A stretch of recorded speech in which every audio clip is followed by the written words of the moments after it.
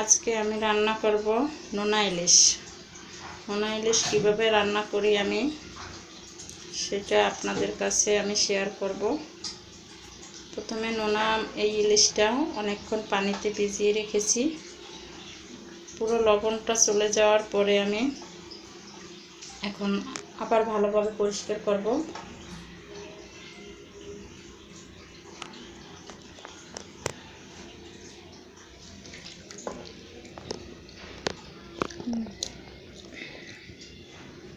এভাবে হাত দিয়ে মাছের আইশগুলো উঠাবো।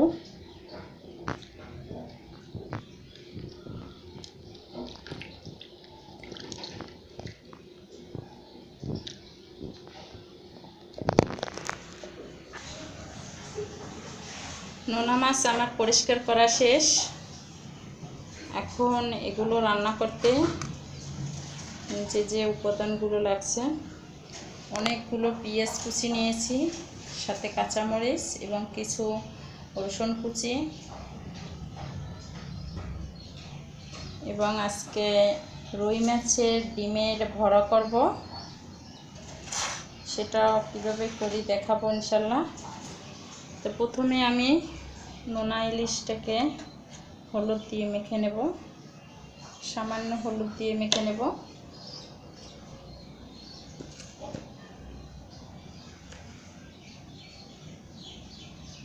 অল্প একটু লবণ দেব, যেহেতু নোনা ইলিশ ভিতরে লবণ থাকতে পারে, যদিও পরিষ্কার করে ধুয়েছি তারপরও একটু থাকতে পারে। তো যখন আমরা ঝোল দিয়ে করব আমি, তখন এটা থাকবে না। এটা ওই সময় টেস্ট করে যদি দরকার হয় পরিমাণ মতন আবার লবণ দেব। আজকে আরও একটা জিনিস করব, এটার রেসিপি হয়তো দেখিয়েছিলাম যে কীভাবে আমি ভর্তা করি। তো এই যে আজকে আবারও ভর্তা করব।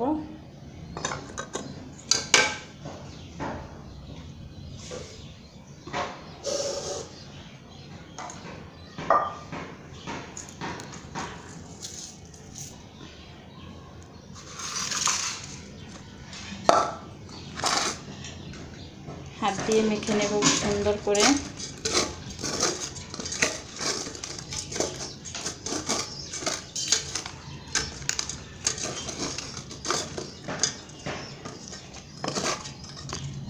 মাখানো শেষ, চুলাটা অন করে দেব। চুলাটা অন করে তেল দিয়ে দেব।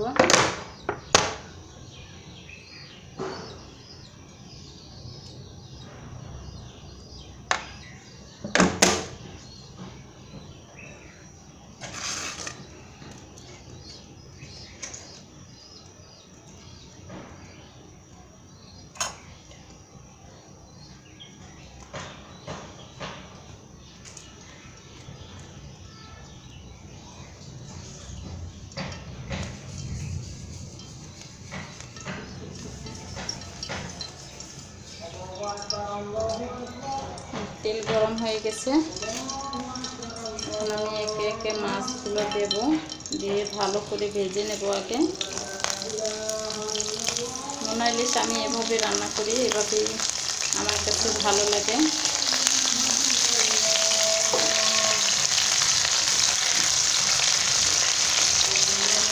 নোনা ইলিশ আমার হাজব্যান্ডের এক রেন্ট দিয়েছিল, অনেকগুলো বড় বড় আছে, 4টা নোনা ইলিশ মাছ দিয়েছিল।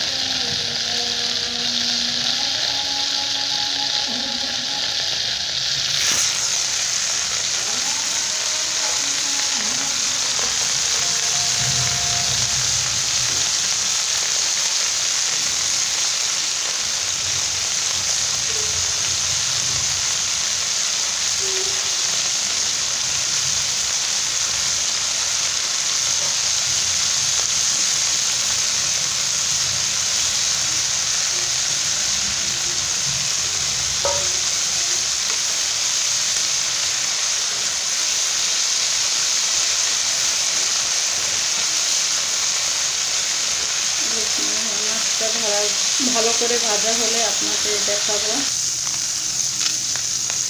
মাছগুলো আমার ভাজি করা শেষ, এখন উঠিয়ে ফেলবো।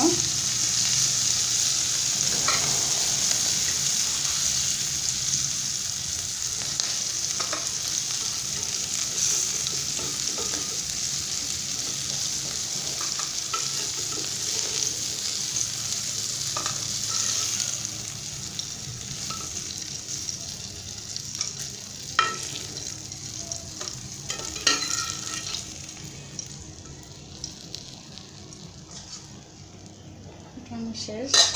এখন আমি এর ভিতরে পেঁয়াজ দিয়ে দেব। এটাতে অনেক পেঁয়াজ দিতে হয়, পেঁয়াজ দিলে টেস্টটা অনেক বাড়ে, অনেক সুন্দর হয় টেস্ট। প্রচুর পেঁয়াজ দেবো, প্রচুর, অনেক দেবো।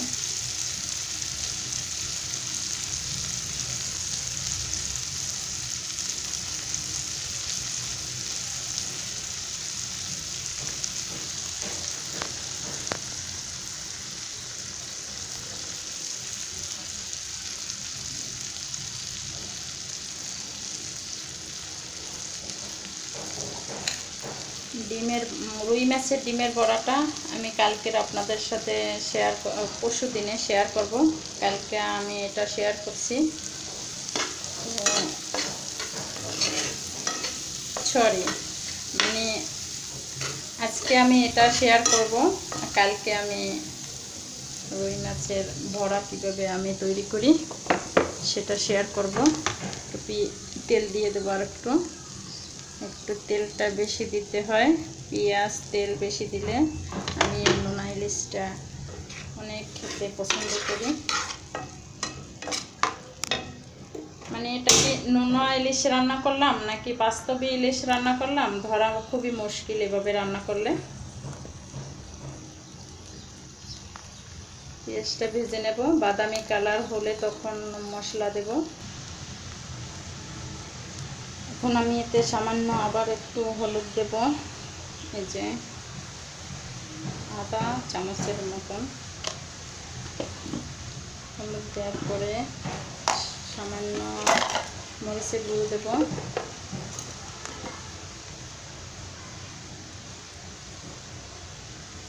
যেহেতু আমি কাঁচা জাল ব্যবহার করতেছি এর জন্য মরিচটা একটু কম দেব, গুঁড়ো মরিচটা।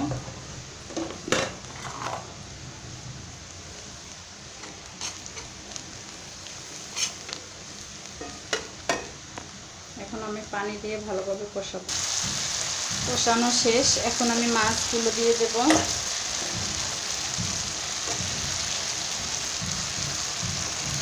মাছগুলো দিয়ে একটু নেড়ে ছেড়ে দেবো।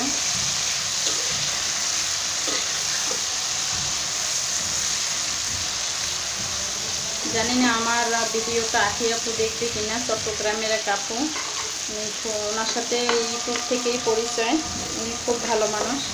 চট্টগ্রামে যেহেতু, তো ওখানে তো সবাই শুটকিটা পছন্দ করে, তো তারা কিভাবে রান্না করে জানি না। আখি আপু দেখলে বলবেন আপনারা কিভাবে রান্না করেন। এখন আমি পানি দিয়ে দিচ্ছি, সামান্য পানি দেবো, বেশি না।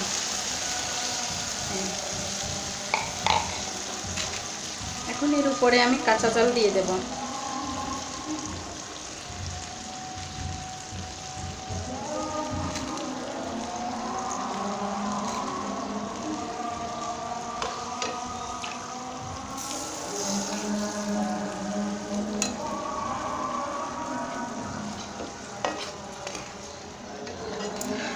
মাছগুলো নেড়ে ছেড়ে দেবো।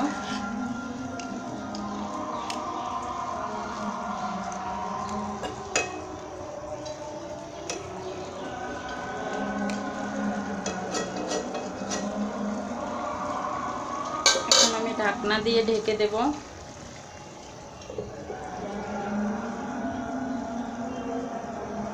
ঠিক 5 মিনিট পরে উঠাবো। হয়ে গেল আমার মজাদার মানে নোনা ইলিশের তরকারি। মানে খেতে অনেক মজা হবে। দেখতেই পাচ্ছেন পেঁয়াজগুলো আস্তে আস্তে আছে এবং সেদ্ধ হয়েছে, তার ভিতরে পেঁয়াজগুলো কাঁচা ঝাল সেগুলো আস্তে আছে এবং সবুজ কালারটা আছে। মানে এই মাছটা খেলে মনে হবে কি যেন কোনো নতুন ইলিশ মাছ খেতেছি, তাজা একদম। এভাবেই মজা করে আপনারা রান্না করবেন আশা করি। ভালো থাকবেন, আল্লাহ হাফেজ।